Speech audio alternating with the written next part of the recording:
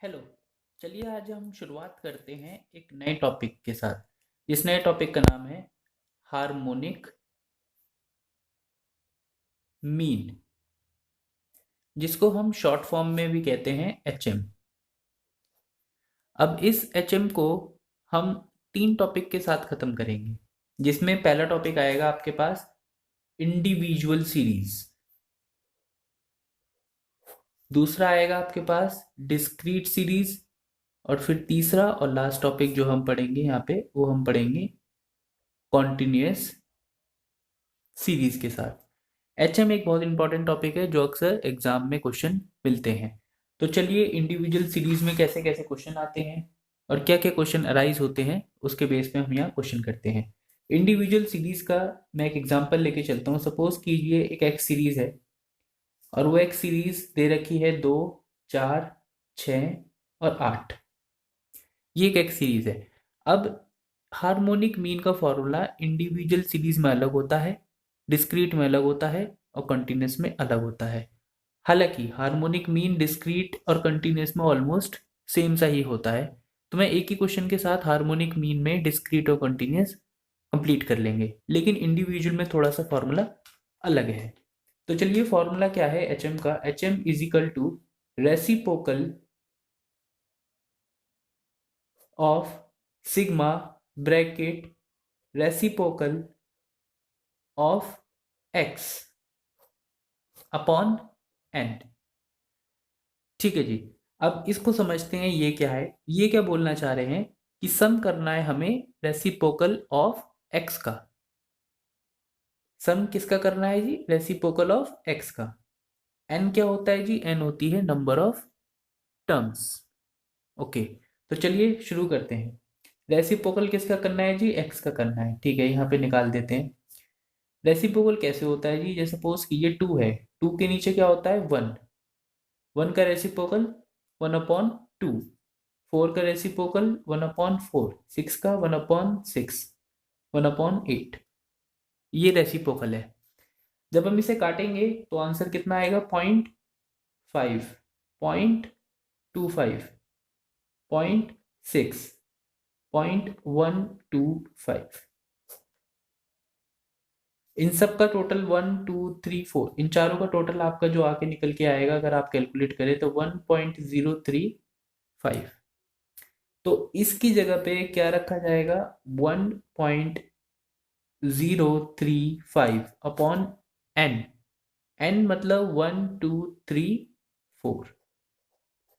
इसको काट के जो आपका लास्ट आंसर आएगा वो आएगा 0.25875। That is individual of harmonic mean. तो चलिए फटाफट डिस्क्रीट और कंटिन्यूस भी करते हैं। मैं एक ही सीरीज से डिस्क्रीट और कंटिन्यूस भी यहाँ कंप्लीट कराता हूँ। सपोज कीजिए हमारे पास क्लास इंटरवल्स हैं, क्लास इंटरवल जो कि कंटिन्यूस में होती है, और हमारे पास 1 से 3, 3 से 5, 5 से 7 और 7 से 9 की सीरीज है।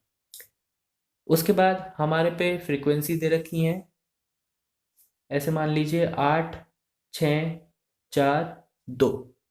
ये सब एक एग्जाम्पल है। तो हमारा सबसे पहले जो काम है वो है मिड वैल्यू निकालना।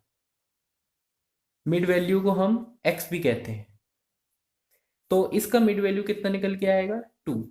इसका 4, इसका 6, इसका 8।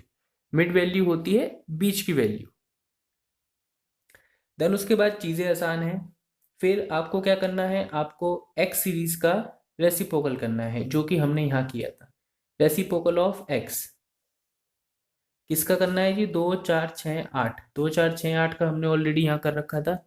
इसके बेस पे भी हम कर सकते हैं, जो कि आ जाएगा 0.5, 0.25, 0.16, 0.125। अब इस एक्स सीरीज की मल्टीप्लाई हमें करनी है 8 से। तो चलिए मैं पहले फॉर्मूला लिख देता हूँ। क्या है इसका formula? Reciprocal of sigma reciprocal of x upon sigma F. यहाँ पे x के साथ सिर्फ f आ जाएगा, बाकी फॉर्मूला वुड बी सेम। तो यहाँ पे हम एक और बना लेंगे f into reciprocal of x. तो f into reciprocal of x जो कि हमने यहाँ निकाल लिया, तो इसकी अगर हम मल्टीप्लाई करेंगे इसकी, सॉरी 8 की इससे, 6 की इससे, 4 की इससे, 2 की इससे, तो हमारे पास ये सारी फिगर्स निकल के आ जाएंगी जो कि कुछ इस प्रकार से है 4, 1.5, 0.64, 0.25। इन सब का टोटल जो हमारा निकल के आएगा वो आएगा 6.39। दैट इज द, ये वाली जो वैल्यू है वो हमारी इसके बराबर है। तो 6.39 सिग्मा किसका करना है जी, एफ का। एफ मतलब 2 4 6, 6 6 12, 12 और 8 20 डिवाइडेड बाय 20। तो जो भी यहाँ पे वैल्यू निकल के आई वो हमारी आएगी डिस्क्रीट या फिर कंटिन्यूस के हिसाब से। डिस्क्रीट में सिंपल है, आपको ये वैल्यू नहीं दे रखी होंगी, आपको सिर्फ फ्रीक्वेंसी और मिड वैल्यू दे रखी होगी।